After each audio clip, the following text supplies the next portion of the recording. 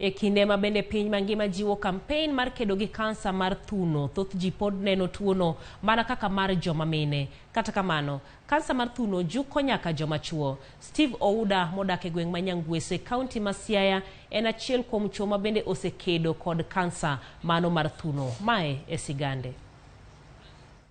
Kaka tuoni nochakore kuoma, ne ochakre ka gimoro ma wuok e tie thuno, to ne en gima pasre. Ne en gimoro 1993 kane class 8. Koro ok nang'eyo ne onyalo bedo gimoro ma nyalo lokore bed kansa. Bang' higni madirom 12, kuotno ne olokore adhola mochuno Ouda mondo omany thieth. Kata kamano, wuodhene mag osiptal ok nofwenyo ni ne dipoka en kod tuo kansa, kendo ne imiye mana yedhe makweyo rem kende. Kanodongo koro nitie daktari moro nadhi Siaya bonyisa ni mano en kido mara ma en gima kaka inyalo gol onge. Koro nabe naweyo kamano. Kochopo 2018 to aneno ka en gima dongo rapidly. Koro nitie jomoko ne nyisa ni en salo, to jomoko be nyisa ni salo nitie yadh nyaluo ma isare gago, kosesare go to nyalo lal. Koro natemo tiyo gi yien go, to yien go ayudo kokelo na effect botemo hinya. Kata kamano, rem ne odogo osase mochuo dok e osiptal. Steve noyudo fuong'ruok e kinde ma jachiw thieth moro mane oa e riwruok mar International Cancer Institute ne olimo od thieth ma Siaya County Referral.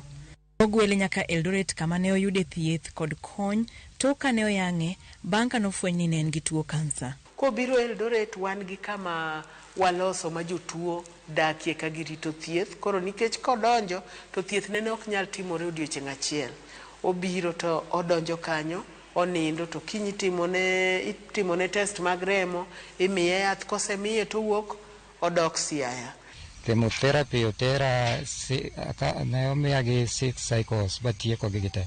Koro ne ajadok just for check up bang' juma achiel, bang' jumbe 2, bang' samoro 1 month, samoro adhi bang' 3 months, nyaka sani koro anyalo ga dok kuro once a year.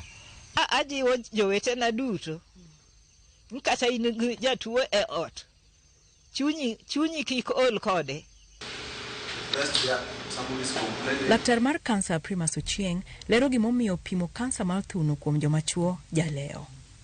Onge masin ma inyatim maber ahinya ne joma chuo nikech kaluwore kaka thundgi chal. Masin manolos mar cheko kansa kaka kansa chak luongo ni mammography.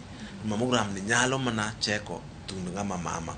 To nikech joma chuo thundgi tindo kabisa, mondo lamp no bed makoro nenore king'iyo thun ariyo ge mira, nyaka obed ka kansa no osebedo maduong' kabisa.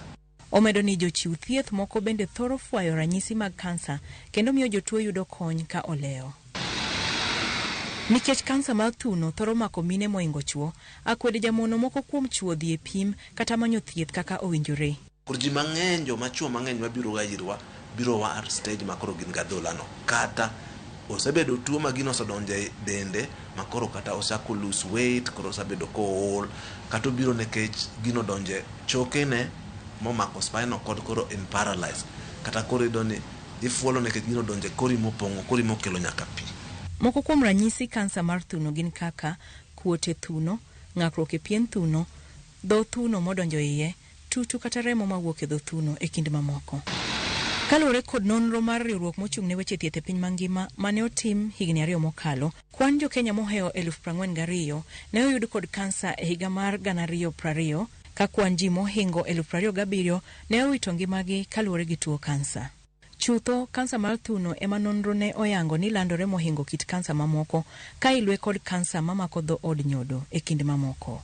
Mano emomiyo jokanyo okaso kampen mar puonjo oganda kendo jiwo ji duto, mon koda chuo, mondo chopie pim mar kansa mar thuno. Jolony wacho ni kansa mar thuno inyalo thiedhi ka ofwenye chon. Kata kamano, rem mar kansa jamonjo nyaka ofuke jotuo kaluwore kod nengo mamalo mar thieth. Pek makamano ne ochuno Steve Ouda mondo us gigene duto mag tich. Kabla ugonjwa nilemea, nilikuwa nanyoa, na sasa venye ugonjwa ilikuja ilibidi niuze vitu zangu za biashara zote. Hadi siku ya leo sijawahi pata zingine, but naomba kama naweza pata naweza endelea na hiyo biashara. Corona no, I was starving. I starved I served to nyaka bi to sama tieko kata 2 weeks to koro dipenja to karatinde in ga kure kech samoro bende means machopo kod otama. Bang' thieth ng'ato tiyo gi gik moko te to bang'e oduogo chango. Wang'i anendi tago ma wanyalo keto in place ma jogi kochango to duogo chako godo ngima mondo gibed joma nyalo konyo e yang'o e society. Ok ni nise tieko nise chango kata kuma intie ng'ato kia. Wamany kaka wanyalo reintegrate them back to the normal life. E kinde ni Ouda tiyo kod thuolo ma en-go e jiwo joma chuo mondo odhi e pim ne kansa mar thuno mar fwenyo tuo kendo yudo thieth e sama chon. Korgo wacho ni kineno ka gimoro ok dhi e dendi maber kini thiedhi to kichang onego cheki mondo wang'e ni tuo ma in gono ok en kansa. En e COVID masani. Ray Polo, Ramogi TV.